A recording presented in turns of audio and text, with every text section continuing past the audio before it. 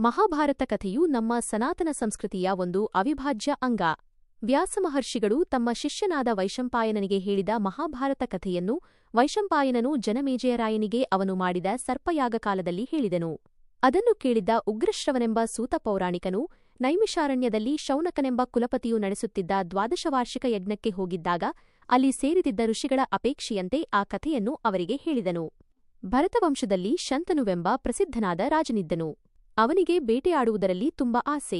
ಆದ್ದರಿಂದ ಜಿಂಕೆ, ಕಾಡುಕೋಣ ಮುಂತಾದ ಮೃಗಗಳನ್ನು ಬೇಟೆಯಾಡುತ್ತಾ ಕಾಡಿನಲ್ಲಿಯೇ ಹೆಚ್ಚಾಗಿ ಇರುತ್ತಿದ್ದನು.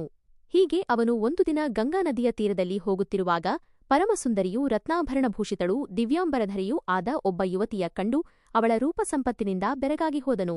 ಅವಳು ಹಾಗೆಯೇ ಅವನನ್ನು ಮೆಚ್ಚಿಕೊಂಡಳು. ಒಬ್ಬರನ್ನೊಬ್ಬರು ಎಷ್ಟು ಹೊತ್ತು ನೋಡಿದರೂ ಕಣ್ಣು ತಣಿಯವು. ಶಂತನುವೇ ಮೊದಲು ಅನುನಯದ ರೀತಿಯಿಂದ ಮಾತನಾಡಿ, ನೀನು ಯಾರು ಸುಂದರಿ? ದೇವಿಯೋ, ದಾನವಿಯೋ, ಗಂಧರ್ವಳೋ, ಅಪ್ಸರೆಯೋ, ಯಕ್ಷಿಯೋ, ಮಾನುಷಿಯೋ? ಯಾರಾದರೂ ಆಗಿರು, ನನ್ನ ಹೆಂಡತಿಯಾಗು ಎಂದನು. ಮಂದಹಾಸದಿಂದೊಡಗೂಡಿದ ಮೃದುಮಧುರವಾದ ಅವನ ಮಾತನ್ನು ಕೇಳಿ ಆಕೆಯು, ಆಗಲಿ ಮಹಾರಾಜ, ನಿನ್ನ ರಾಣಿಯಾಗಲು ಒಪ್ಪುತ್ತೇನೆ. ಆದರೆ ಒಂದು ಕಟ್ಟುಪಾಡಿಗೆ ನೀನು ಒಪ್ಪಬೇಕು.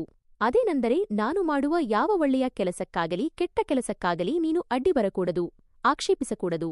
ಹೀಗಿರುವ ತನಕ ನಾನು ನಿನ್ನಲ್ಲಿ ಇರುತ್ತೇನೆ.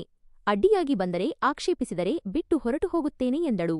ಶಂತನುವು ಪರಮಸಂತೋಷದಿಂದ ಒಪ್ಪಿಕೊಂಡು ಅವಳ ಜೊತೆ ಸಂಸಾರ ಸೌಖ್ಯವನ್ನು ಅನುಭವಿಸುತ್ತಾ ಇದ್ದನು.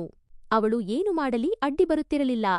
ಆಕೆಯ ಹೊಟ್ಟೆಯಲ್ಲಿ ಒಬ್ಬರಾದ ಮೇಲೆ ಒಬ್ಬರಂತೆ 8 ಜನ ಗಂಡು ಮಕ್ಕಳಾದರು.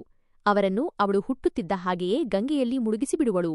ಶಂತನು ಅದನ್ನು ನೋಡಿ ತುಂಬ ದುಃಖಪಡುತ್ತಿದ್ದನು. ಮಹಾಭಾರತದ ರೋಚಕ ಕಥೆಗಳನ್ನು ಕೇಳಲು ನಮ್ಮ ನಿಶ್ವಿ ಕ್ರಿಯೇಷನ್ ಚಾನೆಲ್ ಅನ್ನು ಸಬ್ಸ್ಕ್ರೈಬ್ ಮಾಡಿ ಮತ್ತು ವಿಡಿಯೋಗಳನ್ನು ಪೂರ್ತಿಯಾಗಿ ನೋಡಿ.